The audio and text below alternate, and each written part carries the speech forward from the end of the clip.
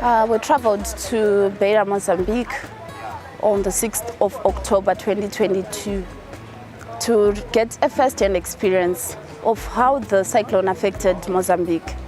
Because for all we knew, we just knew that the cyclone started there, but the extent of the destruction that was made and how the people there were affected was not something that we really knew.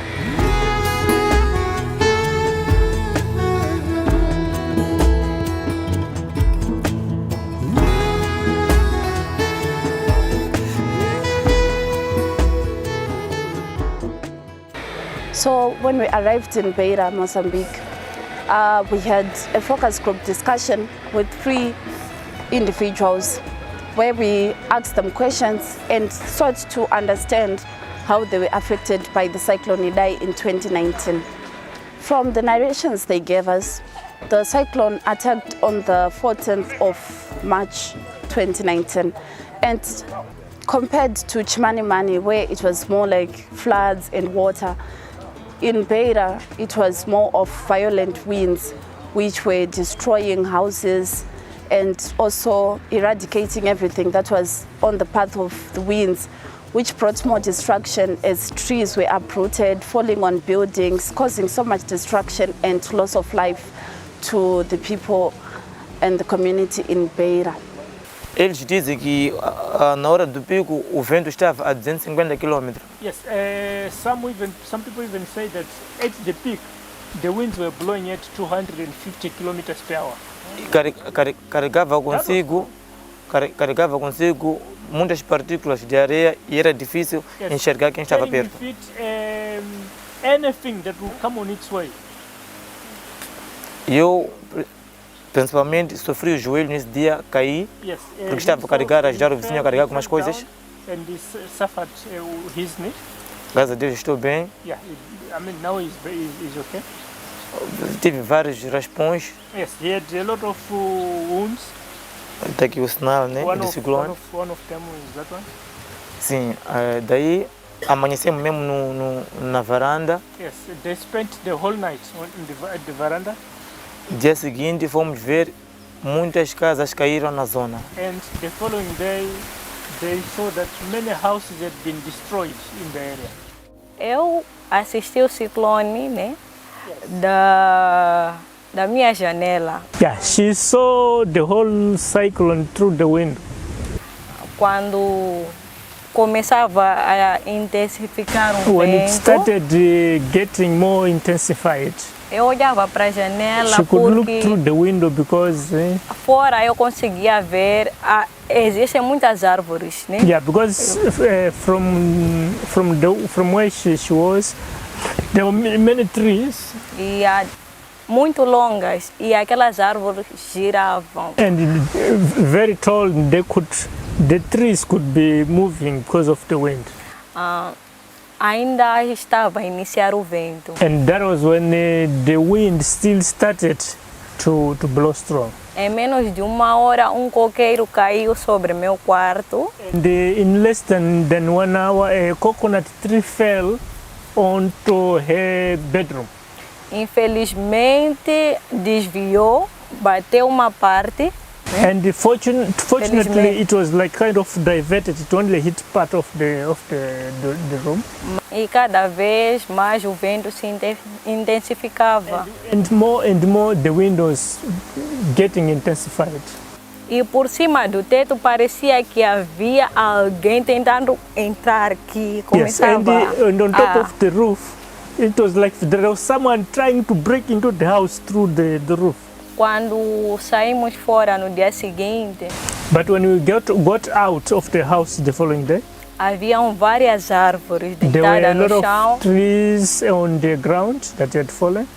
O mais estranho é que as árvores não estavam partidas praticamente. And the funniest part is that the trees were not like they could just fall completely. Elas saíam mesmo da própria raiz. With the roots. Yeah. E toda a cidade estava assim, And that's how the whole city was. Mas sofremos por falta de água. But the problem is that there was no water. Energia. Electricity. não tínhamos comunicação. No communication. E as estradas estavam fechadas todas com árvores. And the roads, all of them were blocked by the trees that had fallen. O mais caricato foi no hospital. And the worst part was in the hospitals. Chegavam cada vez mais cadáveres e não tinha espaço para colocar. There were more and more people arriving, most of them were already dead. And there was no space to put the bodies.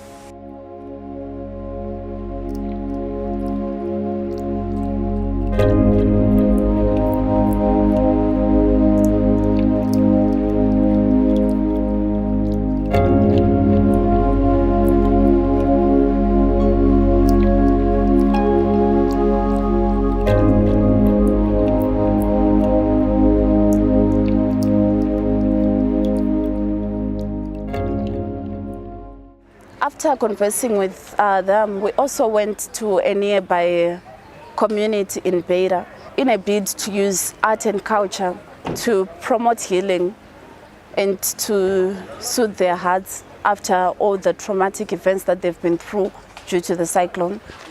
What was fascinating in Beira was that there was a cultural exchange between the community of Beira and also the Tamba Africa group, which was also under Caravan of Hope.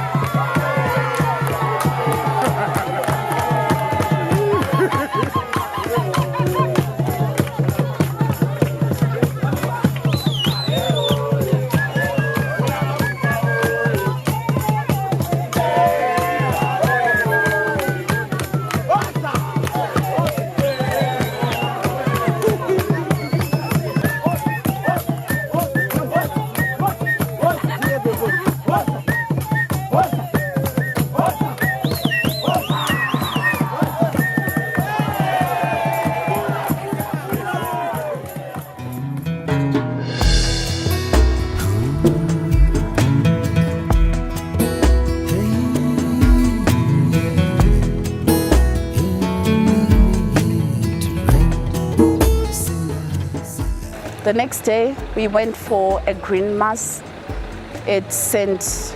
John the Baptist in Mozambique, Beira. This was a very important service because it was dedicated towards honoring the men and women, children, the young and old, whose lives were lost during the cyclone when it struck Mozambique.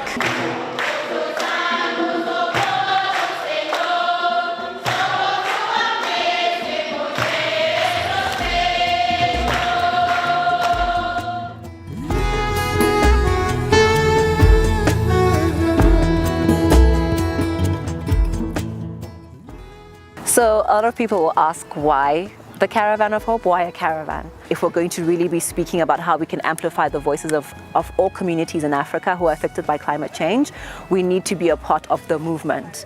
And so the idea of being fluid, the idea of moving from place to place, it really ties in really well with the idea of the caravan.